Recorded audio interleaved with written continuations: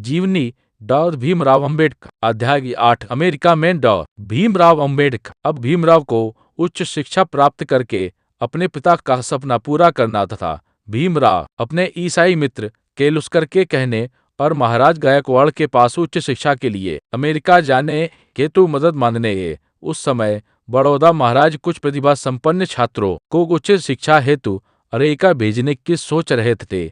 उन्होंने अंबेडकर को भी अमेरिका जाने वाले 3 छात्रों में चुन लिया। महाराज ने अंबेडकर से एक अनुबंध करवा लिया कि शिक्षा पूरी होने के बाद उन्हें स्वदेश लौटकर 10 साल तक बड़ौदा राज्य की सेवा करनी होगी। भीमराव ने महाराज का यह प्रस्ताव स्वीकार कर लिया। उस वक्त भीमराव की आयु 22 वर्ष की थी। जून 1913 को भीमराव अमेरिका के लिए रवाना हो गए। लगभग 1 महीने बाद अंबेडकर अमेरिका पहुंचे गए। वहां उन्होंने कोलंबिया विश्वविद्यालय में प्रवेश ले लिया और अपनी पढ़ाई शुरू कर दी। भीमराव ने अपना पूरा ध्यान पढ़ाई पर ही केंद्रित रखा।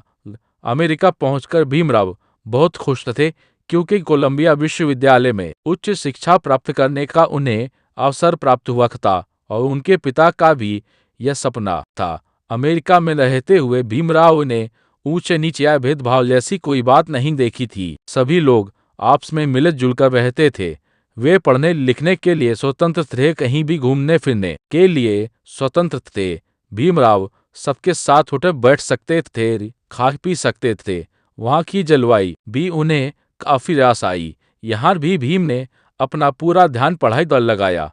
विश्वविद्यालय के सभी लोग उनकी मेहनत और लगन से काफी प्रसन्न थे। 18 घंटे कड़ी मेहनत कर उन्होंने अर्थशास्त्र, समाजशास्त्र, इतिहास, दर्शन शास्त्र, मानव शास्त्र और राजनीति शास्त्र का गहन अध्ययन किया। भीमराव अमेरिका में समानता और स्वतंत्रता का अनुभव कर रहे थे, परंतु भारत में उनके साथ ऐसा नहीं था। महार जाति का होने के कारण उन्हें हर जगह बेइज्जत होना पड़ा, लोगों की नफरत झेलनी पड़ी, बातें सुनने पड़ी। भारत में उन्हें उनके परिवार वालों को भेदभाव, अछूतहीन जातिवाद जैसी समस्याओं का सामना करना पड़ा। अमेरिका में भीमराव का पढ़ाई एक प्रति प्रेम और गहरा होता चला गया। अमेरिका के जिस विश्वविद्यालय में भीमराव अंबेडकर पढ़ाई कर रहे थे, उसी विश्वविद्यालय में एक भारतीय छात्र नवल भटेना भी पढ़ रहे थे। वह भीमराव का पढ़ाई के प्रति इतना प्रेम देखकर बहुत प्रभावित हुए। नवल भटेना खुद भी प्रथम श्रेणी के छात्र थे। उन्होंने अंबेडकर को अपने कमरे में साथ रहने का प्रस्ताव दिया। अंबेडकर ने उनका यह प्रस्ताव स्वीकार कर लिया। कुछ ही दिनों में नवल भटेना और अंबेडकर में अच्छी मित्रता हो गई।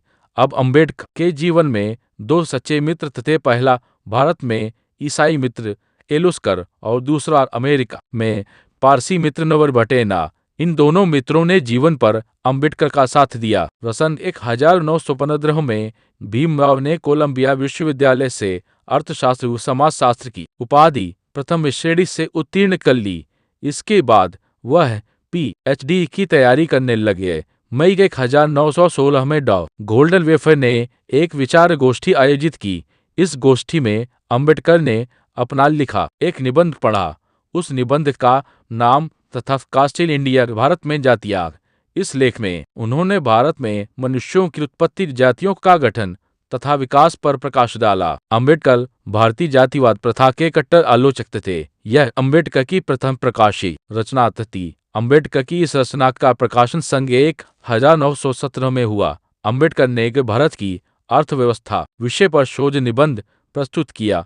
शोध पूरा व सफल होने के लिए कोलंबिया विश्वविद्यालय ने उन्हें PhD डॉक्टरेट की उपाधि प्रदान की। डॉक्टरेट की डिग्री लेने के बाद उनके नाम के साथ डॉक्टर जुड़ गया और उनका नाम डॉ भीमराव अंबेडकर हो गया।